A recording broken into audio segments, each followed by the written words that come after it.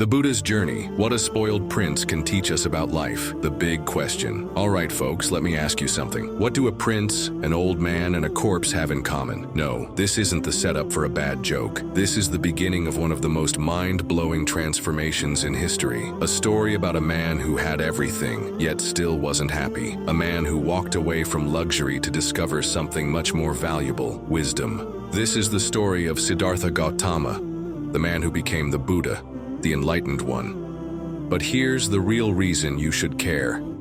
His journey isn't just some ancient tale from 2,500 years ago. It's a blueprint for something we're all searching for: how to live with purpose, peace, and real happiness. Because let's be honest, we have more comfort and convenience today than at any other time in human history. And yet, people are still miserable. Anxiety, stress, burnout, it's everywhere. So what if the answers we're looking for aren't in more money, more success, or more likes on Instagram, but in a lesson a prince-turned-monk learned centuries ago? Grab a cup of tea, get comfy, and let's dive in. Act 1. The Sheltered Prince, or the bubble we all live in. Let's start at the beginning. Imagine this. You are born into extreme wealth. You live in a massive palace. Everything you want is handed to you on a silver platter.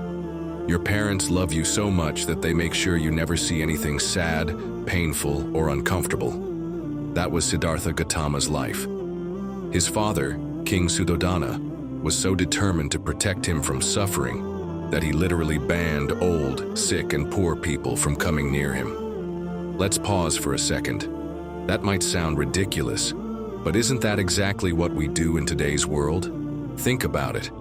We live in our own little bubbles, scrolling through highlight reels on social media, surrounding ourselves with entertainment, filtering out anything that makes us uncomfortable. We chase happiness by avoiding pain. But here's the thing. No matter how much you try to avoid it, real life will always find a way in. And that's exactly what happened to Siddhartha. Act 2. The Shocking Truth, or why we're never ready for reality. At 29 years old, Siddhartha's curiosity got the best of him. He snuck out of the palace and saw the real world for the first time, and what he saw shook him to his core. An old man. He had never even considered that people age. A sick person. He realized that no one is immune to illness. A dead body. He came face to face with the reality of death. A wandering monk. A man who had given up everything, yet looked completely at peace. This was his wake-up call. And here's where things get interesting, because at some point, we all have our own version of this moment. Maybe it's the first time you lose someone you love. Maybe it's realizing your dream job doesn't actually make you happy. Maybe it's scrolling through social media and wondering why everyone else seems happy. But you're not. It's that moment when you realize that everything you thought would make you happy doesn't. And just like Siddhartha, you have two choices. Ignore it, distract yourself, and go back to your comfort zone. Face it, ask the hard questions and search for deeper meaning. Siddhartha chose the second option. Act 3. Leaving it all behind, or the art of letting go. Now here's where the story takes a wild turn. Instead of ignoring what he saw, Siddhartha did something that most of us would never dream of doing. He walked away from his royal life. He left behind his palace, his riches, his wife, and baby son. He chose to become a wandering monk searching for the truth. Let's stop for a second, because I know what you're thinking. Wait, are you saying I should quit my job, leave my family, and live in the woods? Number, that's not the point. The point is that Siddhartha realized something we all need to understand. True happiness isn't found in things. It's found in how we see and understand life. And sometimes the only way to figure out what really matters is to let go of what doesn't. So, let me ask you, what are you holding on to that's keeping you from peace? Maybe it's the need for constant validation. Maybe it's a relationship that's making you miserable. Maybe it's the belief that I'll be happy when I have more money, more followers, more success. Whatever it is, ask yourself, if I let go of this, would I be freer? Act 4, the middle path, or Why balance is the key to everything. For 6 years, Siddhartha tried everything to find enlightenment. First, he tried meditation and spiritual teachers, but it wasn't enough. Then he thought maybe the answer was in suffering. He starved himself, slept on the ground, and nearly died. But that didn't work either. Finally, he had a realization. Neither extreme wealth nor extreme suffering was the answer. The key was balance. This became the middle path, the idea that true peace comes from balance, not extremes. And honestly, that's a lesson we all need today. Work too much, you burn out. Rest too much, you feel unfulfilled. Care too much about what others think, you lose yourself. Care too little, you become disconnected. The trick is to find the middle ground. Discipline without self-punishment, ambition without obsession, connection without dependency. Conclusion: what we can learn from the Buddha today. So what can we take away from all of this? You can't avoid suffering, but you can change how you see it. Happiness isn't in things, it's in how you understand life. Balance is the key to peace.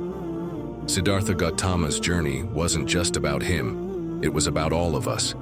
His story is proof that even a spoiled prince, raised in luxury, had to lose everything to find what really matters. And maybe, just maybe, we can learn from his journey without having to leave everything behind. Because at the end of the day, the real path to happiness starts in the mind. And as the Buddha himself once said, what you think, you become. The Buddha's enlightenment, a life-changing journey. Introduction: the moment everything changed. Picture this. A man sits beneath a massive tree, exhausted but determined. He hasn't moved for days. His body is weak, but his mind is sharper than ever. He's not just sitting there for fun, he's in a battle. But this isn't a battle with swords or fists. It's a war inside his own mind. For 49 days and nights, he faces every doubt, every fear, every temptation that has ever plagued human existence. And then, it happens. As the morning star rises, his mind shatters the last illusion, and he awakens. He becomes the Buddha, the awakened one. This moment would change the course of history. But the crazy thing, the lessons from this moment could also change your life today. Because what if the biggest battle you'll ever fight isn't against the world, but against yourself? Let's dive into the mind-blowing journey that led to the Buddha's enlightenment and what it means for us today. Act 1. The Middle Way: Why Extremes Don't Work. Before we talk about his awakening, let's rewind a little. After leaving his royal life behind, Siddhartha Gautama spent 6 years searching for the truth. He tried everything: philosophy, deep meditation, extreme fasting. At one point, he was so weak from starvation that he fainted into a river and almost drowned. And then, something clicked. He remembered a moment from his childhood, a time when he sat beneath a tree, completely at peace, effortlessly slipping into a deep meditative state. And suddenly, he understood. Neither luxury nor suffering leads to enlightenment. The path wasn't in extremes, it was in balance. Now let's pause, because honestly, don't we all do this? Dieting? We either binge junk food or starve ourselves. Work? We either burn out working 80 hours a week or procrastinate and do nothing. Social life? We either isolate ourselves or say yes to everything. But what if balance, not extremes, was the real key to success, happiness, and peace? That's what Siddhartha realized. And so, with his last bit of strength, he walked to a quiet place, sat beneath the Bodhi tree, and made a decision. He wasn't going to move until he found the truth. Act 2. The Battle Within: Facing the Mind's Greatest Enemy. This is where things get wild. As Siddhartha sat in deep meditation, he encountered Mara, the demon of illusion and desire. Now let's be clear. Mara wasn't some guy with horns and a pitchfork. Mara was the voice inside his own mind. And here's where this gets relatable, because haven't you had your own Mara moments? You try to start something new, and suddenly, your mind whispers, "You're not good enough." You're on the verge of a breakthrough and doubt creeps in, telling you, This is pointless. You're meditating or working on a goal, and distractions flood in, trying to pull you away. That's Mara. That's the inner resistance we all face. So, how did Siddhartha fight back? With two weapons, mindfulness and wisdom. When Mara sent fear, Siddhartha stayed present, observing it instead of reacting. When Mara sent desire, Siddhartha saw through the illusion and let it go. When Mara sent doubt, Siddhartha answered with clarity. And finally, in one last desperate attempt, Mara asked him, "Who do you think you are to seek enlightenment?"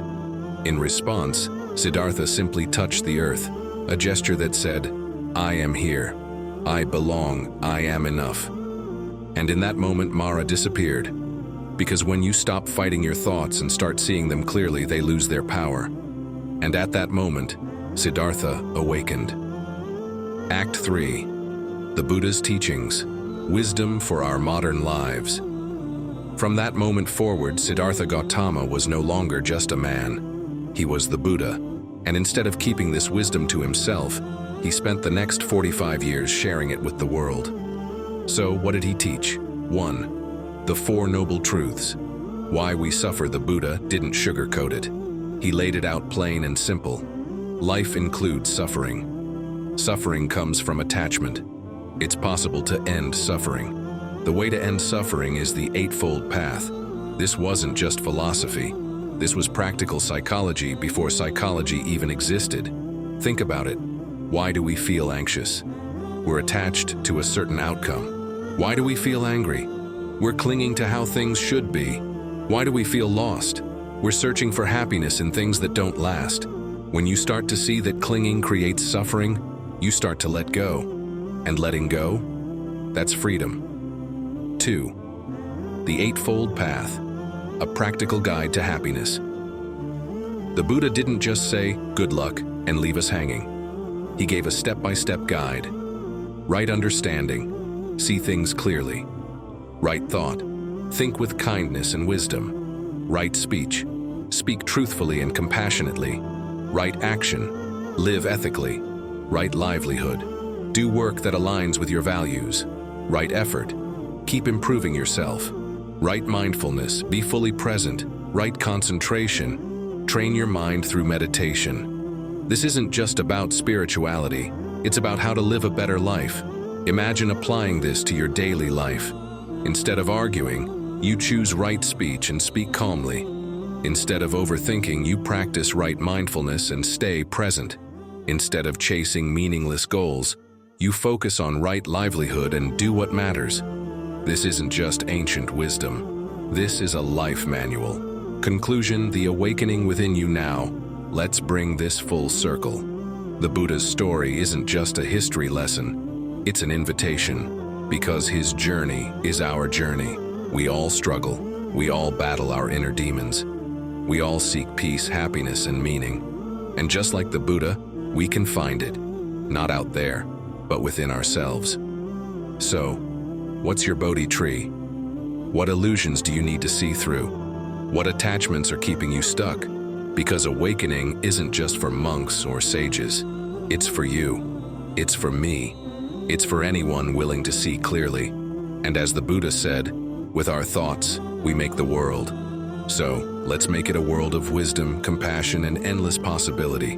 Until next time, stay curious, stay mindful, and keep walking the path.